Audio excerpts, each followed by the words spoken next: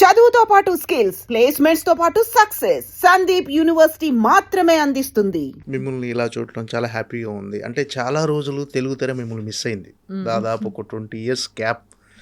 ఇప్పుడు చాలా బిజీగా సినిమాలతో బిజీగా ఉండటం, మీ సినిమాలు స్ వెంటనే రిలీజ్ అవ్వటం, అంటే గ్యాప్ లేకుండా రాబోతున్నాయి సినిమాలన్నీ. సో ఇలా మీరు బిజీ అవ్వటం మీకు ఎలా అనిపిస్తుంది?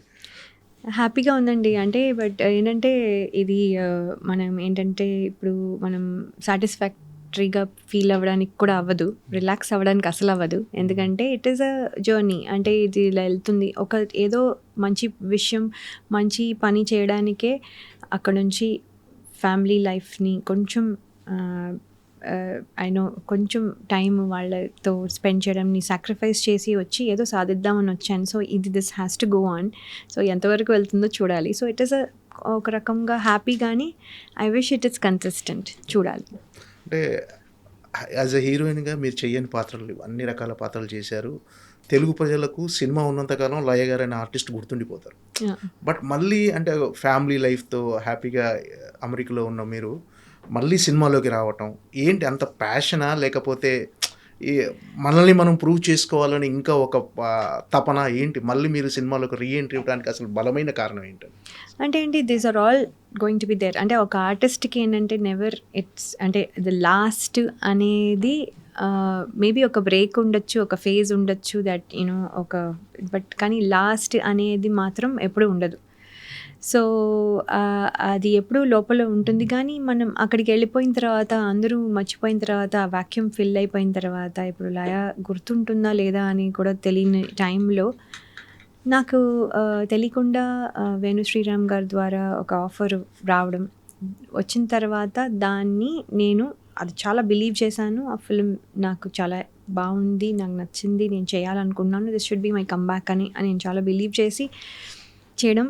అది నాకు ఈ టైంలో రావడం, అది ఇదివరకు ఎన్నో వచ్చినా కూడా చేయలేకపోయాను. బికాస్ ఆఫ్ నా ఫ్యామిలీ సిచ్యువేషన్స్లో కానీ, నా పిల్లల ఏజ్ కానివ్వండి, లేకపోతే వాళ్ళు ఇండిపెండెంట్గా ఉండడం కానివ్వండి, ఆ టైంలో అది సపోర్ట్ చేయలేదు.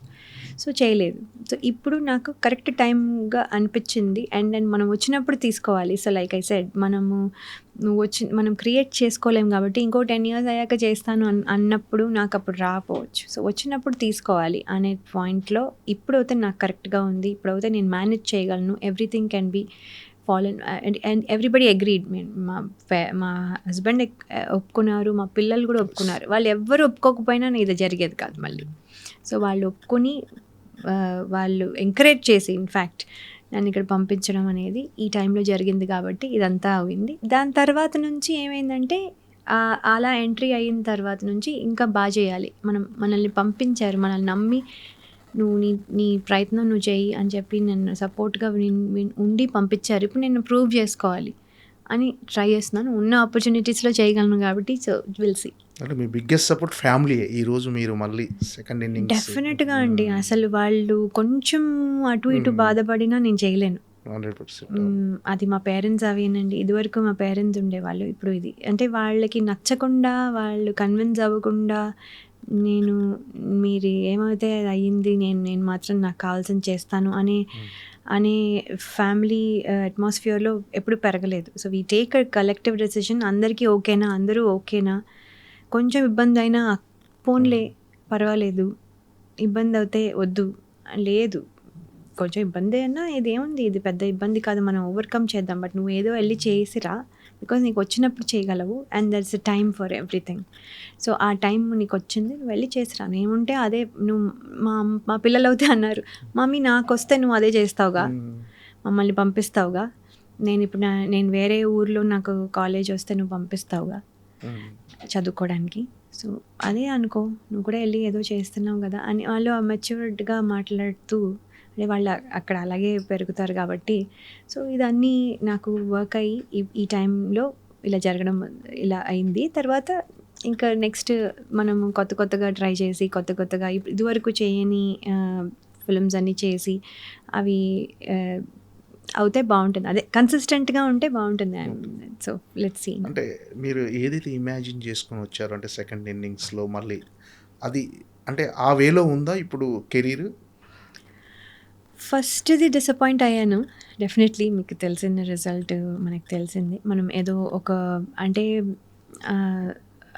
అంటే సినిమాలు ఇప్పుడు చాలా చాలా మంచి ఫిల్మ్స్ అన్నీ వచ్చాయి. కొత్త కొత్తగా తీస్తున్నారు. అన్నీ తీస్తున్నారు. So, it is all it's ఒక నమ్మకం మీద ఒక ట్రస్ట్ మీద చాలా బావుంటుంది అనే ప్రాజెక్ట్ మీద నమ్మకంతో వచ్చిన తర్వాత కొంచెం ఆ రిజల్ట్ రానప్పుడు కొంచెం ఎక్కువ హర్ట్ అయ్యాను. మామూలుగా failures it's always hurting for every, ఎందుకంటే అంత కష్టపడతాము అని చేస్తాము. కాకపోతే ఆ కష్టంతో పాటు నేను నా సాక్రిఫైస్ కూడా ఉంది. సాక్రిఫైస్ అనేది జస్ట్ ఇన్ నా పర్సనల్ లైఫ్‌లో సాక్రిఫైస్ గురించి మాట్లాడుతున్నాను. దట్ వాళ్ళ టైంతో వాళ్ళతో ఉండడం కానియండి, ఏదో సాధిద్దామని వచ్చి అది చేయలేకపోయాను అనేది ఒక ఫీలింగ్ అయితే డెఫినెట్‌లీ స్ట్రాంగ్‌గా ఉంది. ఓకే. అంటే ఆ సినిమా మీద ఎమోషనల్‌గా ఉన్నారా ఎక్కువగా? అంటే అటాచ్‌మెంట్ ఆ సినిమాతో, అంటే ఫస్ట్ సినిమా కదా మళ్ళీ సెకండ్ ఇన్నింగ్స్‌లో. చాలా చాలా నమ్మకంగా చాలా చాలా ఒక ఆహ్, ఆహ్, అంటే చాలా బిలీవ్ చేశాను. ఇది నాకు డెఫినెట్‌లీ ఒక హెల్ప్ అవుతది. ఒక పుష్ కమర్షియల్ ఫిల్మ్స్‌లోకి నన్ను తీసుకెళ్తుంది అని.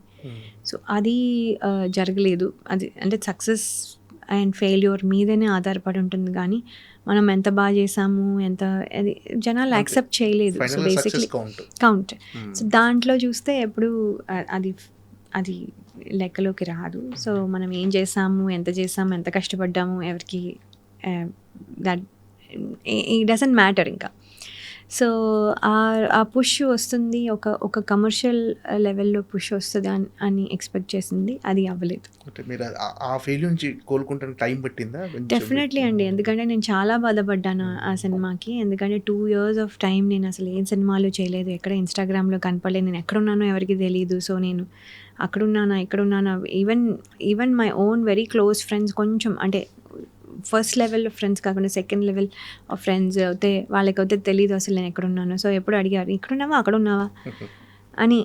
సో, దాట్ మచ్ ఎవ్వరికీ తెలియకుండా అలాంటి ఒక ఫేజ్‌లో ఉన్నాను. సో, కొంచెం ఐ థాట్ అట్‌లీస్ట్ కొంచెమైనా నాకది హెల్ప్ అవుతే బావుండేది అనేసేసి. సో, మళ్ళీ జీరో నుంచి స్టార్ట్ చేయాల్సొస్తుంది అలా అంతే. ఏం లేదు. జీరో ఏం లేదు. మీ పెర్ఫార్మెన్స్ గానీ, మీ క్యారెక్టర్‌కి గానీ మంచి పేరు వచ్చింది. అదే. అసలు ఒక అంటే కథ మొత్తం మీ చుట్టే తిరుగుతుంది. అవును. నిజంగా రావటం అసలు అలాంటి కథ మొత్తం తమ్ముడు అనే టైటిల్‌కి జస్టిఫికేషన్ కూడా మీకే వస్తుంది. కరెక్ట్ అండి. అంటే నేను అదే చూసే అనుకున్నాను. నాకిది చాలా ఎలివేషన్ కానీ అంటే నేననేది సినిమా సక్సెస్ అయినా అవ్వకపోయినా అది పక్కన పెడితే నా క్యారెక్టర్‌కి నాకు ఎందుకు చేశావు ఈ సినిమా అని అనకుండా ఉంటారు అని దాంతో వచ్చాను. బట్ ఎక్కడో అక్కడ అది చాలా కష్టపడ్డారు అందరూ. There is no doubt about it. కానీ అది రైట్ వేలో యూజ్ అవ్వలేదు.